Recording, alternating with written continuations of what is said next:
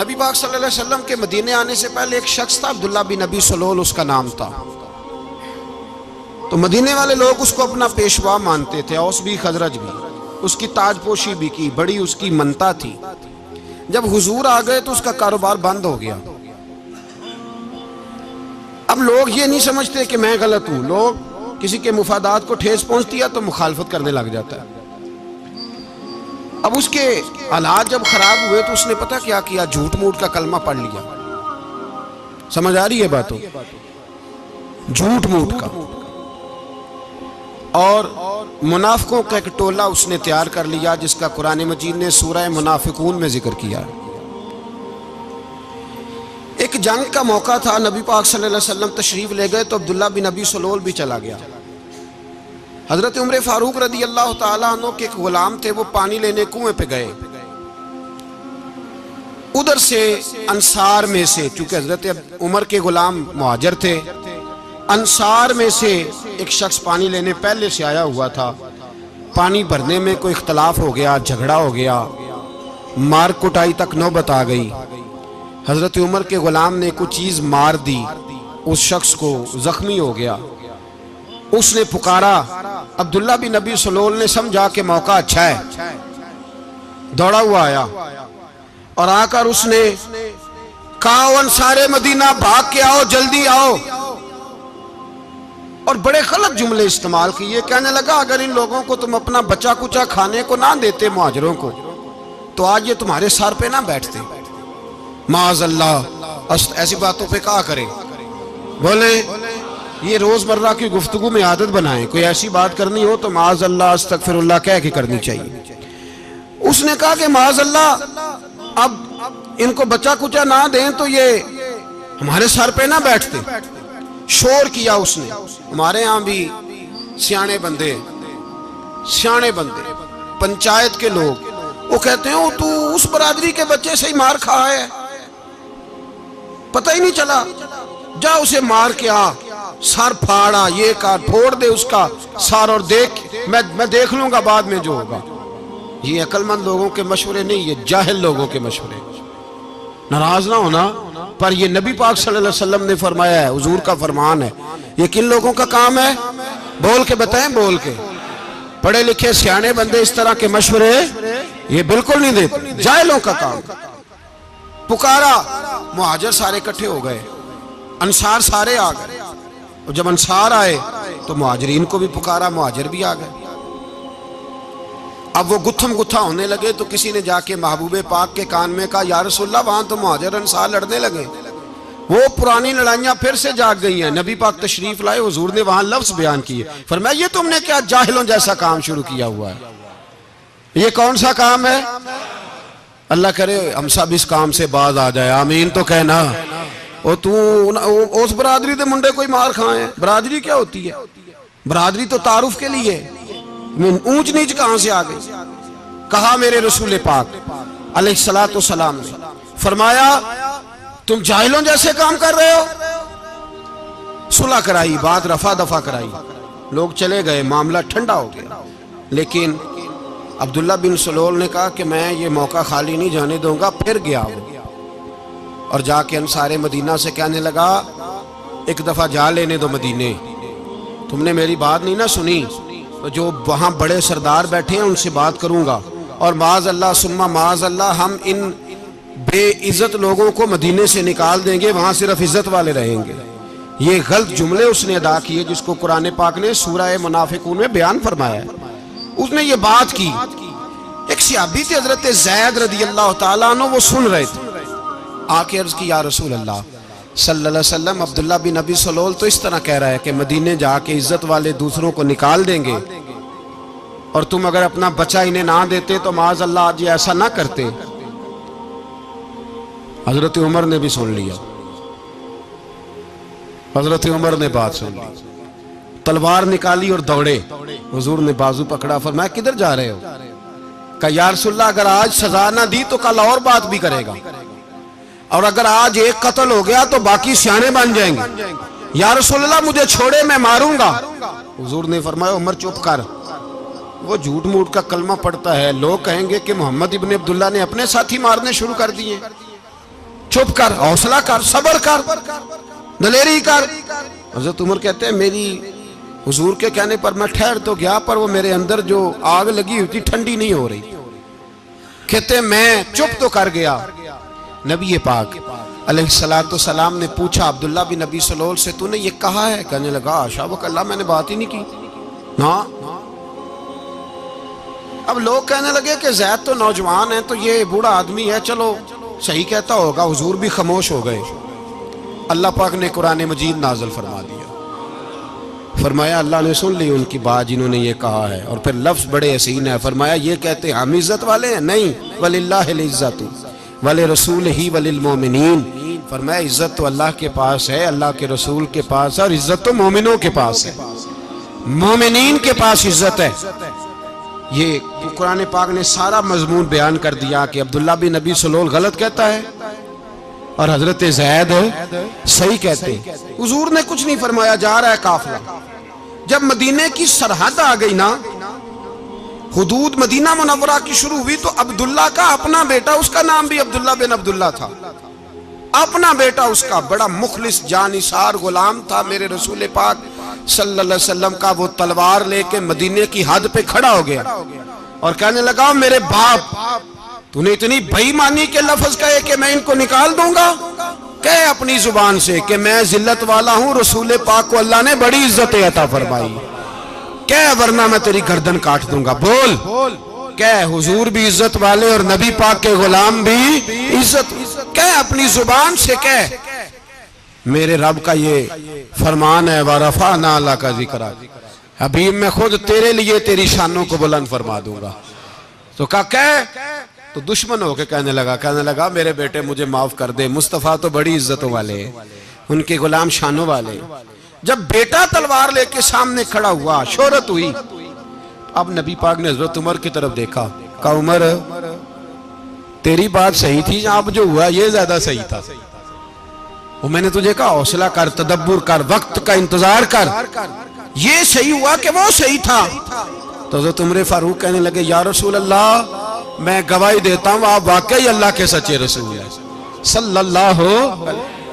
اتنی اچھی رائے، وقت فیصلہ کرتا ہے، تدبر سے چلے، دانائی سے چلے، علم پیدا کریں، بردباری۔ ہمیں کئی دفعہ سجدہ صاف کرنا پڑتا ہے، ہم جو کہتے ہیں بات اس کے الٹ نکل آتی ہے۔ ہم کسی شخص کے بارے میں کچھ تبصرہ کر بیٹھتے ہیں، کچھ عرصے کے بعد ہمیں پتہ چلتا ہے کہ وہ تو ایسا تھا ہی نہیں، ہم نے غلط بات کر دی۔ ہم بغیر تحقیق کے، بغیر تفتیش کے، حوصلہ نہ ہونے کی وجہ سے، صبر نہ ہونے کی وجہ سے ہم بہت سارے کام کر گزرتے ہیں، پھر ہمیں نقصان ہوتا ہے۔ اپنی زندگی میں حلم نہ چھوڑیں، حوصلہ نہ، لڑائیاں ہوتی ہیں نا گھروں میں، اس کی وجہ خامد ہوتا ہے، بیوی نہیں ہوتی۔ یہ بات گھر جا کے بتانا کہ آج انہوں نے کہا ہے۔ لڑائی کی وجہ کون ہوتا ہے؟ نہ بولو تسی، پر میں تے آنکھ ہی چھڑیا ہے، وہ تو ریکارڈ ہو گیا ہے۔ لڑائی کی وجہ کون ہے؟ جڑے باتیں لڑتے ہیں وہ کندے ہی نہیں پے۔ وجہ کون بنتا ہے جی؟ کیوں بلا؟ اس لیے کہ نبی پاک صلی اللہ علیہ وسلم نے فرمایا عورت کی اگل آدھی ہے تو تیری تو پوری ہے نا، جس کا مطلب ہے لڑائی اگر بچ سکتی تھی تو مرد کی وجہ سے بچ سکتی تھی، گھر میں امن ہو سکتا تھا۔ کہتے ہیں جی بڑی بیوقوف ہے میری سنتی نہیں، تو میں نے کہا جو اس سے بحث کر رہا ہے وہ سیانا ہے؟ بولیں، جو بحث کر رہا ہے وہ عقل مند ہے؟ بندہ تو چلو تھا وہ دانشور شیکسپیئر، باتیں بعض اوقات اس کی کچھ ایسی ہیں، اس سے کسی نے پوچھا تھا عورتوں سے کون جیت سکتا ہے بحث میں، تو اس نے کہا تھا وہ جو ان سے بحث نہ کرے، جو ان سے بحث ہے۔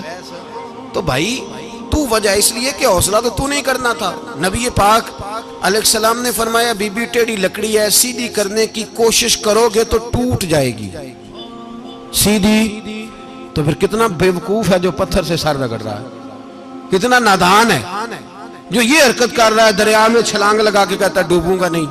تو بھائی حوصلہ پیدا کرے، علم پیدا کرے، بہت ساری ایسی باتیں کرے گی جس میں اشتعال آئے گا، فٹافٹ 3 لفظ طلاق کے دے دیے، اب بھاگا گیا مفتی صاحب کے پاس، اوہو 4 بچوں کا کیا بنے گا؟ اور یہ بات پکی ہے کہ بچوں کو صرف ان کی ماں ہی پال سکتی ہے، ان کی ماں۔ اور بات مجھے نہیں بھولتی ایک شخص نے بیوی کو طلاق دے کے دوسری شادی کی. اس کا بیٹا تھا 10 سال کا. تو اس نے اپنے بیٹے سے کہا کہ بیٹے بتا پرانی اماں صحیح تھی یا یہ صحیح ہے؟ اس نے کہا نہیں ابا وہ تو جھوٹ بڑے بولتی تھی، یہ صحیح ہے. وہ جھوٹی تھی، وہ جھوٹ بڑے بولتی تھی میری سگی اماں، یہ سچ بولتی ہے. اس نے کہا وہ کیسے؟ کہنے لگا اس لیے کہ میں کوئی شرارت کرتا تھا تو میری سگی اماں مجھے تھپڑ مارتی تھی اور کہتی تھی تجھے روٹی نہیں دے رہی، جا دوڑ جا گھر سے. تو میں دوڑ جاتا تھا تو جھوٹ بولتی تھی نہیں دینی، پھر آدھے گھنٹے کے بعد مجھے ڈھونڈنے لگ جاتی تھی، ڈھونڈ کے لاتی تھی، پھر میری منت کرتی تھی، پھر مجھے کہتی تھی نہ مجھے ستایا کر، پھر میرا ماتھا چومتی تھی، پھر میری مرضی کا کھانا بنا کے دیتی تھی، پھر میرے منہ میں لقمے ڈالتی تھی. جھوٹی تھی، پہلے کہتی ہے نہیں دینی پھر پیچھے بھاگتی ہے. یہ سچی ہے، میں شرارت کرتا ہوں تو تھپڑ مار کے نکالتی ہے، پھر میں منتیں کرتا ہوں پر روٹی نہیں دیتی، پیر پکڑتا ہوں نہیں دیتی. سچ بولتی ہے، اپنی بات پہ ڈٹ جاتی. او بھائی بچے اس کی ماں ہی پال سکتی ہے، تو نے 3 جملے کہتے سوچا ہی نہیں، تیرا کا گیا تو یہ تو نئی بیوی ملے گی، اور اس کا بھی کیا گیا، اس کو بھی شاید شوہر مل جائے. ان پھولوں کی پرورش صرف ان کا مالی کر سکتا ہے، دوسرا کر سکتا؟ تو نے حوصلہ ہی نہیں کیا. ٹھیک ہے غلطی بیوی کی تھی پر تو مرد تھا نا، تیرے پاس تو دلیری تھی. فٹافٹی 3 طلاق کے جملے کہہ دیے. اور میرے رسول پاک علیہ السلام نے فرمایا جائز کام بڑے ہیں پر طلاق جائز تو ہے پر میرے رب کو پسند نہیں، اللہ کو پسند. تو نے مالی بگا دیا جس نے تیرے گھر کا باغ سینچنا تھا. تو بھائی یہ حوصلہ نہیں، درجنوں طلاقیں، 20 کیس، اور ابھی وہ شادی کے پورے کپڑے نہیں پہنے تو طلاق پہلے. اس کی وجہ یہ کہ حوصلہ نہیں، صبر نہیں، رضا نہیں، ہم احساس نہیں کرتے. اگر تو یہ سمجھ جائے کہ بس اللہ نے جو میرے لیے بہتر سمجھا مجھے دے دیا، صحیح ہے میری آزمائش ہے، کیا ہے کچھ ہے جو اس نے بہتر سمجھا مجھے اس نے، پھر تو سکھی ہو جائے، تیرے لیے جینا آسان ہو جائے، پھر تو بہت ساری پریشانیوں سے آزمائشوں سے دور ہو جائے. میرے نبی پاک علیہ السلام نے ہمیں حوصلہ کرنے کا حکم دیا، دلیری. 2-3 سال شاید پچھلے سال یا اس سے پچھلے سال حج کے موقع پہ نا ہمارے پاکستان میں تو بڑے بڑے انوکھے واقعات ہوتے ہیں. سننے سے کیا میں کہتا ہوں وہ عبرت کے لیے ہوتے ہیں. جعلی ویزے لگوا دیے حج کے کسی ایجنٹ نے، اللہ کے مہمانوں کو بھی لوگ لوٹ لیتے ہیں، معاذ اللہ. جعلی ویزے لگوا دیے، اور مزے کی بات یہ ہے کہ پاکستانی ایئرپورٹ سے گزر بھی گئے وہ ویزے والے، اور احرام باندھے لوگ جدے پہنچ گئے. 4 آدمی تھے، انہوں نے ویزا دیکھا تو کہا نقلی آپ کو واپس جانا پڑے گا. اگلی فلائٹ سے وہ لوگ واپس آئے. آپ مجھے بتائیے ان کی جب وہ چھوٹے چھوٹے کلپ آئے، میڈیا نے ان کی باتیں سنی تو ان کے آنسو نہیں تھمتے تھے. ایک آدمی احرام باندھ کے گیا ہے، معمولی سمجھتے ہیں آپ؟ میرے جیسا غریب آدمی کبھی اس نے ارادہ کیا ہو مدینے جانے کا، لیٹ ہو جائے تو کلیجہ پھٹنے کو آتا ہے. کچھ مجبوریاں پیروں میں آ جائے، نہ جا سکے تو پتہ نہیں کتنی توبہ کرنے کو دل کرتا ہے کہ کہیں غلطی تو نہیں ہو گئی، کوئی ایسی بات تو نہیں نکل گئی. یقین کریں طبیعت پریشان ہو جاتی، یار کوئی ایسا کام تو نہیں ہوگا جس کی وجہ سے یہ بات ہوئی. 4 آدمی لوٹ آئے، حالات خراب ہو گئے، لوگ رو رو کے قصے سناتے تھے. لیکن میرے رسول پاک علیہ السلام کا حوصلہ دیکھو. حضور کعبے کا بھی کعبہ، حضور مالک، حرم کے مالک مطلق، جن کے صدقے اللہ نے کعبہ کو بیت اللہ بنایا. حاجیو آؤ شہنشاہ کا روضہ دیکھو، کعبہ تو دیکھ چکے اب کعبے کا بھی کعبہ دیکھو. حضور 1400 صحابہ کو لے کے گئے عمرہ کرنے. مقام حدیبیہ پر پہنچے تو کافروں نے روک لیا، ہم عمرہ نہیں کرتے. تو اور میں خادم اور جو وارث و مالک ہیں 1400 صحابہ، ہم نہیں عمرہ کرنے دیتے، واپس جائیے. صلح لکھی جا رہی ہے. صلح کی شرطیں کیا ہیں؟ مکے سے کوئی آدمی غلطی سے بھی مدینے چلا گیا، مکے کا آدمی، تو مسلمان اگر ان کے ظلم سے تنگ آ کے، مکی مسلمان کافروں کے ظلم سے تنگ آ کے مدینے چلا گیا تو مدینے والے واپس کریں گے. اور اگر مدینے سے کوئی شخص غلطی سے بھی مکے چلا گیا تو مکے والے واپس نہیں کریں گے. اتنی سخت شرائط. حضرت عمر غصے سے کانپنے لگے, صحابہ پریشان ہیں, پر میرے رسول پاک نے صبر دکھایا, حوصلہ, تدبر. یہ تدبیر ہے, صبر ایک بہترین تدبیر ہے, اگر کوئی اپنائے تو بہترین طریقہ ہے. حضور نے فرمایا ہمیں منظور ہے, صلح کرو.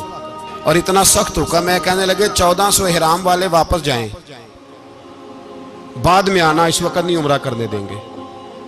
میرے نبی پاک علیہ السلام, مجھے بتاؤ, مجھے اور آپ کو دکھ ہوتا ہے تیاری ہو تو پروگرام رہ جائے, تو اگر احرام باندھا ہو اور اللہ کے رسول نے بندھوایا ہو تو حضور واپس لوٹنے لگے تو کتنی تکلیف کی بات ہے.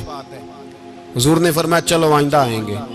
معاہدہ لکھا جا رہا ہے, حضرت علی معاہدہ لکھ رہے ہیں, لکھو محمد الرسول اللہ صلی اللہ علیہ محمد الرسول اللہ صلی اللہ علیہ وسلم اور قریش مکہ کے بیچ معاہدہ. یہ تحریر لکھی جا رہی تھی تو ابو سفیان بول پڑا, کہنے لگا جی ہم محمد الرسول اللہ نہیں نکلنے دیں گے معاذ اللہ, یہی تو ہمارا جھگڑا ہے. اگر آپ کو رسول اللہ مان لیا تو پیچھے رہ کیا گیا, محمد ابن عبداللہ لکھیں. حضور نے حضرت علی سے فرمایا رسول اللہ کاٹ کے محمد ابن عبداللہ لکھو. حضرت علی لکھ رہے تھے, محمد رسول اللہ لکھا تھا, فرمایا رسول اللہ کاٹ کے محمد ابن عبداللہ لکھو. تو حضرت علی کہنے لگے حضور مجھے یہ لفظ کاٹنا نہیں آتا, حضور مجھے یہ لفظ کاٹنا. کسی صحابی نے اعتراض نہیں کیا کہ لکھنا آتا تھا, کہا مجھے کاٹنا. حضور نے دوبارہ کہا علی کاٹ دو. کہا یا رسول اللہ مجھے یہ لفظ کاٹنا نہیں آتا. میرے حبیب نے تیسری دفعہ کہا علی کاٹو. تو شیر خدا نے قلم چھوڑا, ہاتھ باندھے اور کھڑے ہو کہنے لگے محبوبہ مجھے تیرے قصیدے لکھنے آتے ہیں, کاٹنے کوئی نہیں آتے. میں مجبور ہوں, مجھ سے نہیں ہوتا, کوشش کرتا ہوں, نہ قلم اٹھتا ہے نہ ہاتھ چلتا ہے. میرے حبیب پاک نے قلم پکڑا اور لفظ رسول اللہ خود کاٹ کے محمد ابن عبداللہ کرایا. بھائی وقت گزر گیا, صلح ہو گئی. یہ تدبر, یہ حوصلہ, یہ تدبیر میرے نبی نے فرمائی. اب تو 1400 کو مکے نے نہ داخل ہونے دیا, لیکن ایک سال ہی گزرا, تھوڑا ہی وقت گزرا, میرے رسول پاک 10,000 کو لے کے مکے میں داخل ہو گئے. 10,000. اس نے فائدہ دیا. حکمت کیا تھی, تدبر کیا تھا. قریش روز لڑائی کرنے آ جاتے تھے, تبلیغ ہی نہیں کرنے دیتے تھے. ان سے صلح ہو گئی تو نبی پاک نے کیسر کو خط لکھا, کیسر روم کو, ہرکل کو. دور دراز تبلیغ پھیل گئی, مسلمان 100,000 سے زیادہ ہو گئے. ان کی طرف سے اب وہ لڑائی بند ہو گئی. میرے حبیب پاک علیہ السلام کے حوصلے نے کمال دکھایا, اس تدبیر نے فائدہ دیا امت مسلمہ کو. 10,000 کا لشکر لے کے حضور کعبے میں داخل ہوئے. کل جو ابو سفیان کہتے تھے نا محمد رسول اللہ لکھنے نہیں دوں گا, آج وہ خود کہہ رہے تھے اشہد ان لا الہ الا اللہ واشہد ان محمد رسول اللہ صلی اللہ علیہ. کل جو کہہ رہے تھے کہ میں یہ لفظ نہیں لکھنے دوں گا, آج ابو سفیان کی حویلی میں لاکھوں لوگ, ہزاروں لوگ بیٹھے تھے اور سارے کہہ رہے تھے محمد الرسول اللہ محمد الرسول اللہ محمد الرسول اللہ صلی اللہ علیہ وسلم. میرے محبوب کی تدبر نے, فقاہت نے, اور پھر کمال ہوا. 1400 کہاں اور 1,44,000 کہاں. 1400 کہاں اور 1,44,000. 1400 کو نہیں جانے دیا عمرہ کرنے. میرے رسول پاک 1,44,000 کو لے کے حج کرنے چلے گئے. حضور نے حج کیا, ہر طرف لبیک لبیک کی صدائیں بلند ہوئی. یہ میرے نبی پاک کا تدبر ہے, حوصلہ ہے. اگر وقتی طور پہ حوصلہ کر جاؤ گے, دلیری کر جاؤ گے, آنے والا وقت آسان ہو جائے. حوصلہ نہیں, صبر نہیں, سکون نہیں, 2-4 باتیں, یہاں تک کہ لوگ ابا جی کی بات برداشت نہیں کرتے, ایسے جملے کہہ دیتے ہیں جو دوبارہ پلٹ کے نہیں آتے. ماں کو لفظ نہیں بولتے, باپ کی روح تک چھلنی کر دیتے ہیں وہ جملے.